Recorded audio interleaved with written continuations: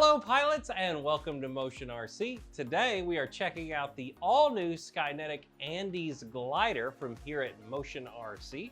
And we're gonna have a lot of fun putting this together.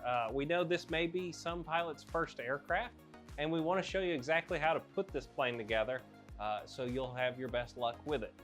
It's a super easy assembly, not a lot to this aircraft, which is a good thing, and it's a very easy flying airplane for those that are newer, or if you're an experienced glider pilot and want a nice foam glider to go out and fly, here's a good one with a little powered motor on the front.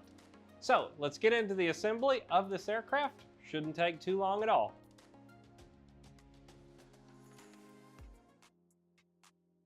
So for step one on the Andes glider, we're gonna start with the tail. What you'll see is for shipping purposes, we couldn't put the aft section of the aircraft on, which is called the rudder. What we're gonna do here is we're gonna glue that on. So what you'll notice is it already comes with 3 CA wicking hinges and then 1 pinned hinge at the bottom. What we need for this portion is some thin CA glue. Now, here at Motion RC, we do carry the Benchcraft line of glue. It's very good stuff if you wanna get you some of that when you're ordering this aircraft.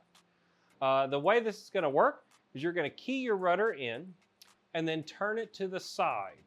What you want is it to where you can drip this down into it and it run into the hull. So you want the aircraft on its side, rudder pushed open, and then you're going to dip that in there and just put a little bit into each one so that it runs around and it actually sticks it in. Once that's done, flip the aircraft over to the other side, turn the rudder the opposite direction, and then drip that in on both sides also. This will really get that affixed. Be careful that you move it back and forth, because if you get it inside of that bottom hinge, that's actually the pinned hinge, it's gonna have a hard time turning. So be careful not to get any CA in that. All right, now that you have your rudder installed onto the aircraft, it's time to actually hook up our linkage that comes back in the back. Now you'll see there's already a ball link back here. What you need to do is take the screw and the locking nut that are going to come with it. You're going to pass the screw through the link. Then you're going to take the screw itself and you're going to go through the outermost hole of the horn and then put the locking nut on the outside, affixing it. Now don't get this locking nut too tight. You want it to still have a little bit of give to it when you get it on there. All right, for the next step in the build process, what we need to do is grab our 2 elevator halves. Now, what you're going to notice on this is it's a full flying stabilizer, which means the entire control surface it moves on this aircraft instead of just the elevator piece that would be at the back of them normally. So it gives you a lot more pitch authority is the main thing that this is. And then you have that one rotating piece in the middle for a component as far as the structure goes. So what we need to do is take our carbon spar, pass it into one of the elevator halves.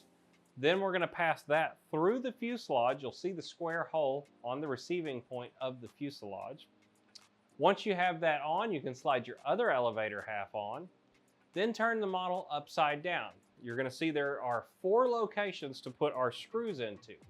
What we need to do is get our screws in there and tighten them up. There's actually a little binding plastic piece built into the elevator half that is going to actually hold them affixed to that spar and keep them from sliding off.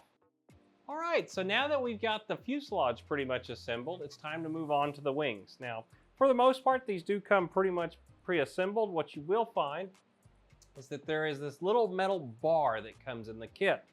What you're going to notice is there's a piece right here on the inside that actually is made to receive that little bar. What you're going to do is just push that in there, and that's going to fit around the actual carbon spar. Then you can slide your other wing half on, which will actually mate the wing and join it together. Once you have that done, if you have a servo checker, go on and plug your Y harness in and turn your servos on and put them at neutral. At that point, we can go out onto the outer sections where our ailerons are and put our control rods and linkages on for our ailerons. If you know your servo is centered, you can then just go on and make sure that they're lined up with the edge of the wing. And when you put those on, and if you need to, you can screw them in or out in order to make the adjustments to make that actually fit. If you don't have a servo checker, what you need to go on and do is put the wing on the aircraft, turn it on your first time, leaving the propeller off, bind it to your controller, and then do this part. Because what you need to do is have them powered up whenever you put them on. That's going to make sure that you're centering your actual arms, then putting it on. If you just do it out of the box like this, your servo arm could be off a little bit. When you turn it on the first time, they're going to move and you're going to have to readjust them. So that's why we always do that with the aircraft powered on or with a servo tester. If you're interested in getting one, we do have some here at Motion RC. One of them that we have right here, it looks like this right here. Super easy to use. All right, now that you have the wing ready to go, let's make sure our elevator and our rudder are neutraled before we put our wing on. Now, once again, you can power up the model with your receiver in it, but in our case, what I'm going to do is just take my servo checker and plug into the rudder and the elevator, put it in its neutral position, and make sure they're actually straight. So for the rudder, you just want the actual rudder to line up with the part that is actually molded into the fuselage. And then on your elevator, this is a full flying stab, but what you're going to notice is that it actually has lines embossed into it for your low, mid, and high rate, and so for your actual full travel. So that center one on here is actually where you're going to adjust your elevator to where that's your neutral position. So let's go on and power it up.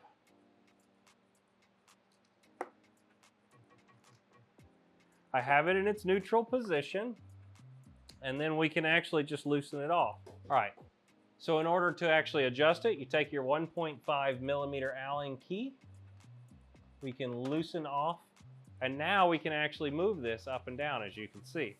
What we want to do is get that lined up right with that center line, just like we have it now, and then fully tighten it back up. Now let's power up the rudder and check it. It's a little bit off also, so let's grab our 1.5 Allen key again. Loosen it off, and then once again, we can take and just pull it and turn it where we want it. Right there is perfectly centered. Hold it and tighten it up. Just like so. All right, so at this step in the process, if you haven't already, it's time to go on and install your receiver. You just need 4 channels. So you have rudder, elevator, throttle, and ailerons. So 4 channels or more on your receiver. We have a lot of our Lemon RXs available here. We have our Futabas, our Radtrons. There's a lot of different options to choose from. But whatever radio system you want to use, you need to just go on and plug all your servo wires and bind the aircraft at this point. And then we're going to meet back here once you have that done. All right, so at this point, all I've done is gone on ahead and installed my receiver, powered up the model for the first time, and bound it to my receiver. Now, this is going to be different depending on whatever brand you're using, but in this case, you can see I now have elevator, rudder, and throttle. Now, the next step we need to do is to do a throttle calibration. It's the same whether you're doing this on our free wing models, our flight line, or our Skynetic. Unplug the battery with the transmitter on, go to full throttle, propeller off, plug the aircraft in, listen for 2 beeps, then bring your throttle to 0. And you will hear it go through its little chimes. And now we have a throttle calibration complete. Next thing we need to do is make sure when we pull back on the stick towards us that the elevator goes up, and it does not. So we need to go into our reverse menu, and we need to reverse our elevator channel for mine. Now this could be different if you're on Futaba or Radio Master, whatever brand of receiver you're using. You've got to make sure for your radio that it's right. So when I pull back on the stick now, I get up deflection, which I do, and you can see that there.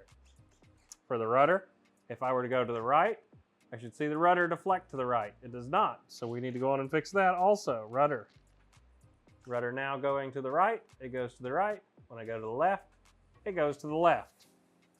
All right, now let's get the wing put on the aircraft. We got it assembled earlier. All we have to do now is take the wing, set it up here near it so that we can plug in our 2 servo ports. Remember, yellow to yellow.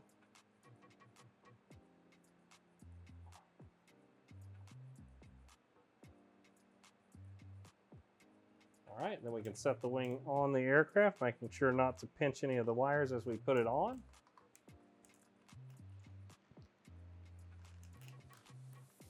Okay, now before we actually screw the wing on, let's give a quick wiggle check and make sure they're working. They are, good. So at this point, we can now actually put our 2 screws in that attach the wing onto the aircraft. Long one to the front and a shorter one at the back. Okay, now that we have the wing secure, let's make sure our aileron's the right direction. So if I go to the left aileron should go up. And it does. So our ailerons are the right direction now also. All right, now that we have everything tested on the model and we know it's all safe and ready to go, now it's time to put our propeller on. What you're gonna notice is if you take your propeller apart, it just unscrews. You're gonna have an Allen key on one side of the fitting that you're gonna line up when you put the slip fitter on with the flat spot. Then you're gonna tighten that up onto that shaft. At that point, you can then slide the propeller on and then put your little nose cone to thread on and tighten up on that folding prop. The last thing left to do on the Andes is to install your sticker if you so choose to. I'm gonna probably put mine here on the wing or right in the middle. So you can just put that wherever you'd like on the aircraft.